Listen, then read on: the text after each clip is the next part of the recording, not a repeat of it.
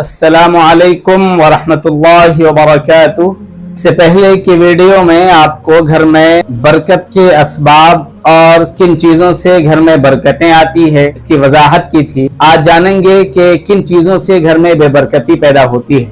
क्या वो बातें जो आवाम में मशहूर है, खासतौर से औरतों के दरमियान, कि टूटी कंघी का इस्तेमाल करना, टूटे बर्तन का इस्तेमाल करना, रात को झाड़ू देना, इनसे बेबरकती आती है। क्या ये बातें दुरुस्त है या नहीं? घर में बेबरकती, रिज्क में तंगी और घर में बेबरकती का असल सबब इंसान का अपना अमल है। इंसान और आदमी जैसे अमाल करता है वैसे ही अल्लाह की तरफ से फैसले होते हैं। बेबरकती की सबसे बड़ी वजह है इंसान के नेक अमाल को छोड़ देना। दूसरा अहम सबब है इंसान का गुनाह करना, नेक अमाल में टालमटोल करना। बहुत से लोग नमाज नहीं पढ़ते हैं, नमाज की तरफ नहीं आते हैं। ये घर में बेबरकती की बड़ी और अहम वजह है। इसी तरीके से बाज लोग नमाज पढ़ते तो हैं, नेक अमाल करते हैं, लेकिन उसमें टालमटोल करते हैं। अब पढ़ लेंगे, तब पढ़ लेंगे, और एक वक्त को दूसरे वक्त में अदा करना, ये भी घर में बेबरकती के असबाब में से एक सबब है।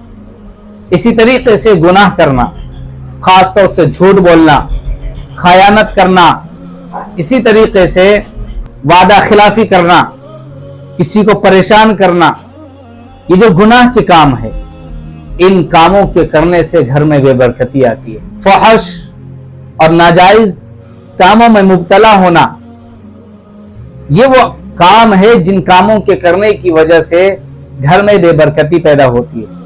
तो खुलासा ये है कि घर में बेबरकती पैदा होगी अच्छे आमाल के छोड़ने से और गलत आमाल के करने से। कुरान करीम में अल्लाह रब्बुल इज्जत वल जलाल ने साफ इरशाद फरमाया, वमन आरज़ अन ज़िक्री फ़इन्न लहू मईशतन ज़नका, कि जो शख्स मेरे जिक्र से आराज करता है, रूबगर्दानी करता है, रुख फेरता है अल्लाह को याद करने से, चाहे नमाज के जरिए हो, कुरान की तिलावत के जरिए हो, जिक्र अस्कार के जरिए हो, जो इन तमाम चीजों से रूबगर्दानी करता है, अल्लाह ने फरमाया फ़इन्न लहू मईशतन ज़नका, कि हम उसकी मईशत को तंग कर देते हैं, उसकी जिंदगी को तंग कर देते हैं, उसके कारोबार को हम ठप कर देते हैं, फिर वो परेशान होता फिरता है। ये तो अल्लाह का ऐलान है। तो मालूम ये हुआ घर में बेबरकती की वजह है गुनाह करना और नेक अमाल से दूर होना। अब वो बातें जो आवाम में और औरतों में बतौर खास मशहूर है कि अगर कोई टूटी कंघी का या कंगा का, टूटा हुआ कंगे का इस्तेमाल करता है, उससे बेबरकती आती है। याद रखिए ये सरासर गलत है, बेबुनियाद बातें हैं।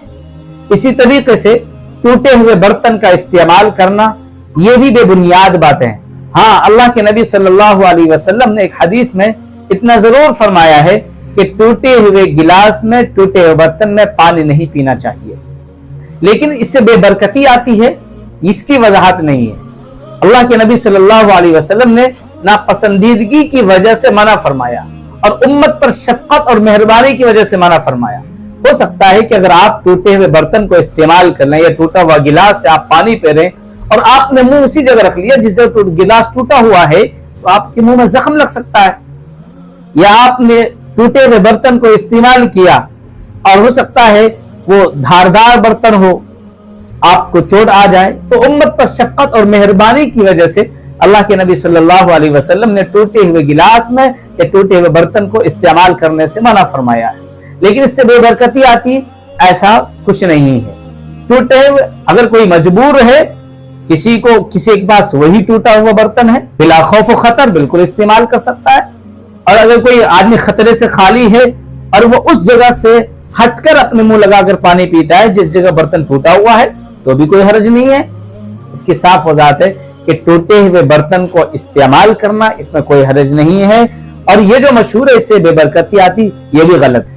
इसी तरीके से घर में रात को झाड़ू देना, इससे भी घर में बेबरकती पैदा नहीं होती है। ये आवाम की चलाई हुई बातें हैं और ये बेबुनियाद बातें हैं, गलत बातें हैं। तो याद रखिए ये जो आवाम में जो बातें मशहूर है, टूटे हुए बर्तन का इस्तेमाल करना, टूटी हुई कंघी का इस्तेमाल करना या घर में रात को झाड़ू देना, इन चीजों से बेबरकती आती है, ये बेबुनियाद और सरासर गलत है। मुझे उम्मीद है कि आपको बातें समझ में आ गई होगी। अस्सलामु अलैकुम व रहमतुल्लाहि व बरकातहू।